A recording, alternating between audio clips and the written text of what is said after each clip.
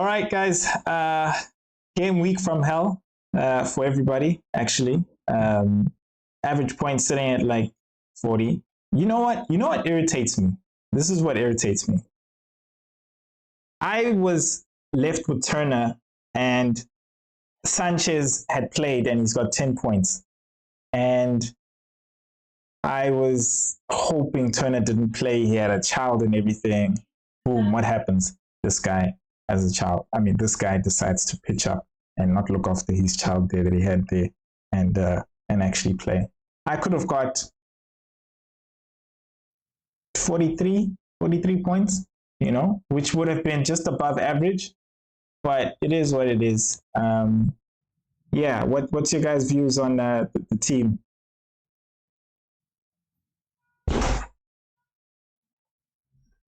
I don't think that would have been enough anyway. KK, come on. Now you're just pushing your luck. You wanted Sanchez to try and save your game week.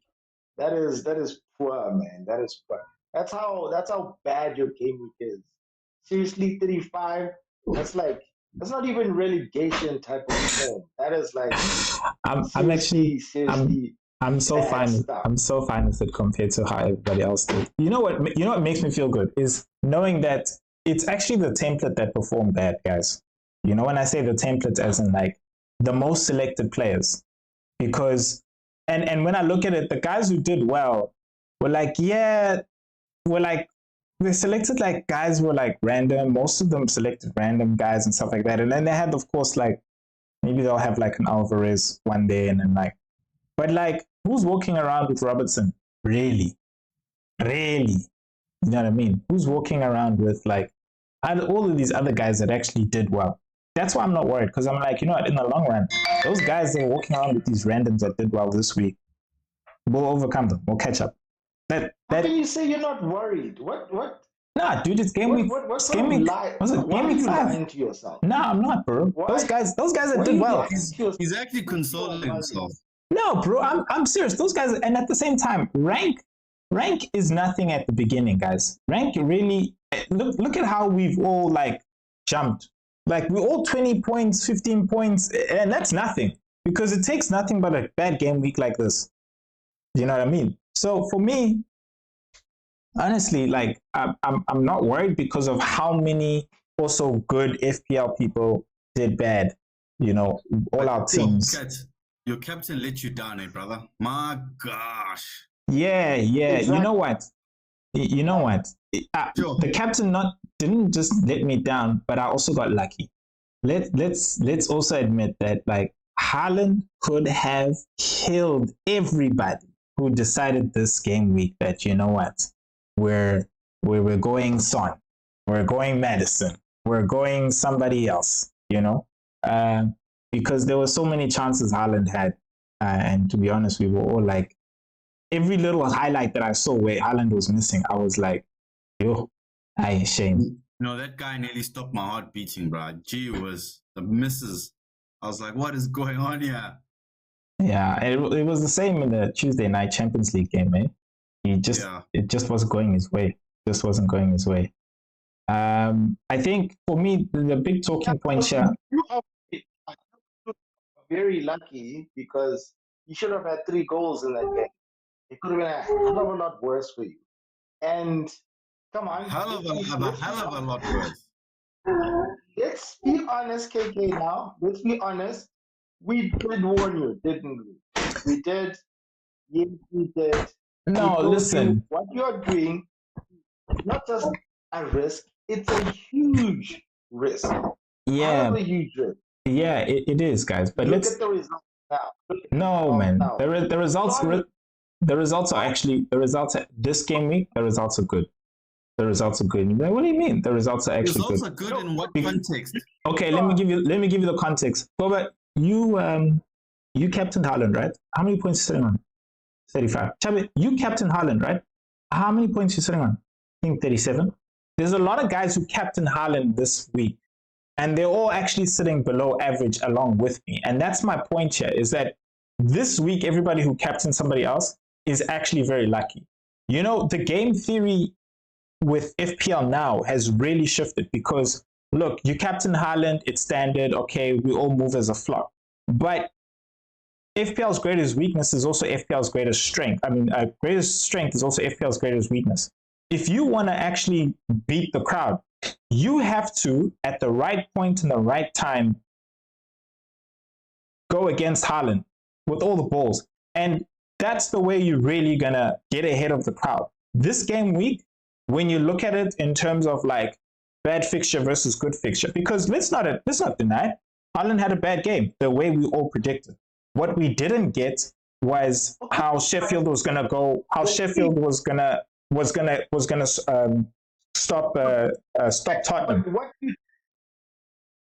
Yeah, but look, the way you did it, look, I don't mind you bringing in Son. Yes, that was a good idea, right? I don't mind that. Right? It was a good transfer to bring in. But going against Haaland, not so good. The thing what you should have done, because you're so far back in our mini league, right, is say, okay, not so far back. I need to gain some ground, but at the same time, not lose any ground. So what can I do to do that, right? You knew that most people are going to captain Haaland, right? But at the same time, if you had gone against Haaland, like what you did, and chose Son, and he misfired or blanks, then you would have been in real trouble, worse off, all right? Now, the good thing with you is, if you had gone with Haaland, right, and look at your squad doesn't really template, right? And when I say that, it's because most squads have got Bruno, Rashford, and, oh yes, they've got Mbeumo. But the other thing is, your differential, the way I look at it, is Watkins. And Watkins got you 5 points. Yeah. You could have gotten an extra 3 points on top of that. Hey, So dog. for me, you would have gotten some ground because of Watkins. So, I see it that way. I just feel like it's too big of a risk. Now you're even further behind. It's going to be a hell of a mission now to try to catch up. I'm not. You now literally have to now start every week thinking of, you know what, I have to get some sort of magnificent differential to try and catch up. I don't because agree. if I look at the league right now, how many points are you behind? Dude, I'm only like less than 20, which is again what I've been trying to say to you. I'm not far behind. That's a game week, dog. That's a game week. Points. You're like 23 points, 25 points from number one. Yeah, that's a game week. How far were you, dog? Just be from the guy who's number one now. How far were you? I'm not far. He's 2 points. I'm only 2. Yes, I'm saying points. How far were you from the guy who's number one now? Do you understand? How far were you when Goba came up and he came up behind you? You were far. You were a game week behind. 20 points is a game week behind. You're far when you're 100. That's when I need to start applying that strategy. But you're missing the point though. With him, if you had a look at his squad, literally like 70% of his squad, nobody would have thought to pick those players. Who on earth would have picked Neto? Neto of all the people. Which is my point again. Which is my point again. I'm not worried about those folks, dog, because the players they got, dog, is like peers will overcome in the long run. You know what I mean? Which is what I was saying in the beginning. Like those guys who did good this week, I honestly have teams that we shouldn't be worrying about because I know in the long run we beat them. My point with this was that this was a good game week. This was a good game week. You that. So this was a good game week to go against Haaland because Haaland didn't perform like it is. What also happened is other players didn't perform. A bad game week is when Haaland's got a good fixture and you're going against him. Like logically, you're like, oh. I disagree on what you're saying, bro. Okay, let me ask you this then. A good game week is you being above average. Yeah. Okay, sorry, let me rephrase it. A good game week to go against Haaland. That's what I'm saying. A good game week to go against Haaland. No, I'm not. It's not a vendetta against Haaland. I'm saying, what's a good game week to go against Haaland when he has a difficult fixture and the captain you want to captain has a better fixture on paper? Then you go against them. Let's not mislead the managers. Okay, guys, look here. When we play FPL, we are here to maximize on points. All right, we're here to maximize on points. So if you choose not to give Haaland the armband and you give it to somebody else, you better bet everything in that game week that you're going to get those points. If you don't get those points, it's not a good game week, bro. Yeah, but it's never guaranteed. We said this before last week. We are predicting. We're predicting it. Nothing's guaranteed. Let's put aside a guarantee. I would agree with you if Madison gave you points in game week 4. Then you can say it was a good game week. But Doug, if we were so sure that look, yeah, it is a tough game week for Haaland, and other people have better fixtures, then dude, we probably would have on the Banter Boys team, we would have captained Salah, but we didn't. We can never guarantee. We're always predicting. Even when you're saying you better damn bank that your player, you always predict. Even when Haaland goes against Arsenal, I guarantee you now, even when Haaland goes against Arsenal, and we all go, cool, we're going to captain Mo Salah because he's got Everton at home, right? Okay. And Mo Salah blanks, but Haaland goes and scores 2 goals. Let me put it Are you gonna say, oh, it was a bad choice? No, it wasn't. Let me put it this way. Even when Haaland has a shit game, he returns points. And that's exactly what he did. Game week 4, he had a terrible game, bro. We can all say it, hands down. So my game week 5. But guess what? He scored a goal. And that's all we want. I think you're referring to game week 5. Yeah, I get you. But what I'm trying to say is this game week going against Haaland actually wasn't as bad as you guys think it was, because still, people who didn't captain Haaland, we got away with it. Haaland could have scored 6 goals. He could have scored, honestly, a whole lot, and he didn't.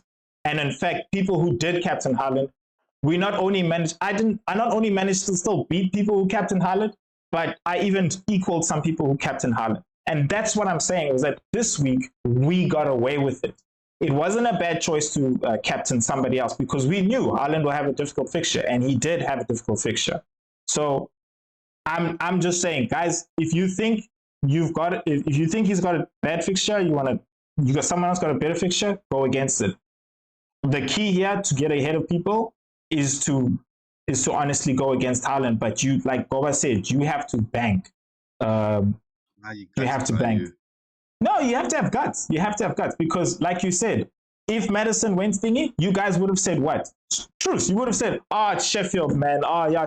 In fact, I see why you didn't pick Son, because, yeah, they would have load block, and Madison got those 2 long ball shots out from the box. So, yeah, I can see why, yeah, Madison was the one and Son blanked. Yeah, in fact, you were the man. You picked the right guy, But everybody blanked. The person who really did well this week is the one who actually captained Salah, because he was like, you know what, I don't think Madison will do good, I don't think Son will do good, I'm going to go with thingy. But you know what, we're going to move on to G's team. This was actually a very, very, very good talking point. I actually love this one. Yeah, guys, you know what to do. Please like, subscribe, and leave a comment.